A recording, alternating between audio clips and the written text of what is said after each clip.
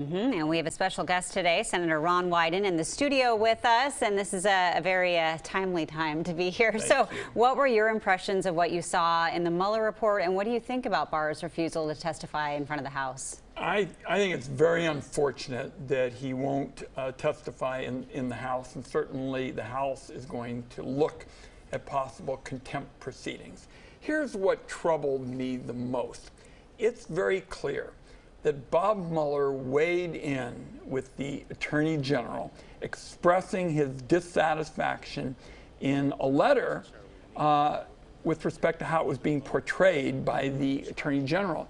And the Attorney General, in effect, pretended that there were no differences of opinion. At one point, seemed to intimate that the letter wasn't even written by Bob Mueller; it was written by staff. And I have felt for quite some time that this has just been a pattern of misinformation, and the fact is the Attorney General is not the President's personal lawyer. He is responsible to the American people.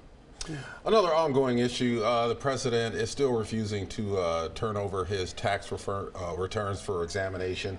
Do you think the President should release his returns, and why would that be important for people to see? Ken, for the last 40 years, every Democrat and every Republican has made their returns available. In effect, that has been considered the lowest ethical bar for a president or candidate. Not a high bar, it's the lowest ethical bar.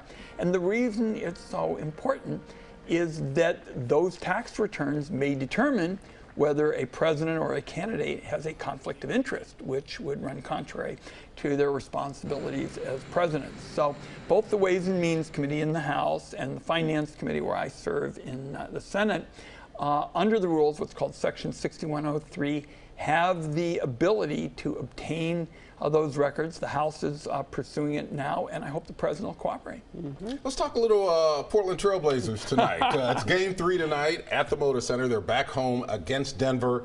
How excited are you about how well the team is playing now? Rip City is so fired up. I can only tell you, I got home in the middle of the night last night. Alaska was doing a great job, as they always do, but the weather wasn't cooperating. And when I got off the plane, people were asking about the Trailblazers, and they're asking about my friend Enes Kanter and what was going to happen if we ended up in the finals in Toronto. So I'm really looking forward to tonight. And this city is really pumped, and the people of Oregon and what we call, Rip City, it's a community that really deserves this. Yeah. Are you going to be able to go to the game tonight? Yeah, I'm going tonight. Yeah, and it's like West Coast time, so that's nice, because usually it's super late when you can watch these games. So, yeah. All right. Well, thanks so much for coming in, Let's do it Senator again. Wyden. Yeah. All right. Thanks. Thank you, Senator. Okay.